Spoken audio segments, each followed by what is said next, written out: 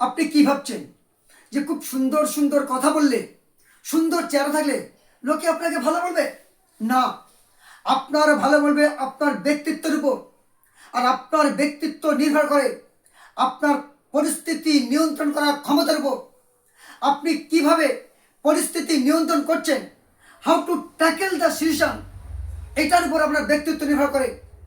আপনি যার সঙ্গে কথা বলছেন, আপনার অপোজিটে যিনি আছেন, তার সঙ্গে কি ভঙ্গিমায় কথা বলছেন, বা কথা বলার মধ্যে মাধুর্য আছে কিনা, কি চোখে তাকে দেখছেন, তার উপর আপনার ব্যক্তিত্ব নির্ভর করে।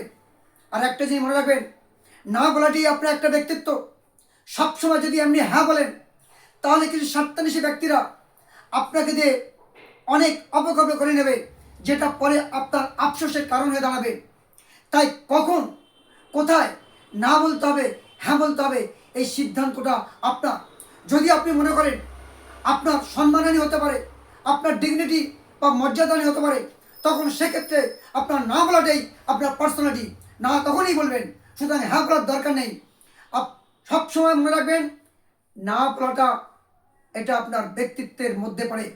শুধু চারিত্রিক বৈশিষ্ট্য নয়, আপনার আচার আচরণ, আপনার অনুভূতি, আপনার চিন্তাভাবনা, আপনার বিশ্লেষণ করার ক্ষমতা, আপনার মানসিক দৃঢ়তা, মানসিক প্রক্রিয়া, এগুলোই আপনার ব্যক্তিত্বকে প্রস্ফুটিত করে তোলে।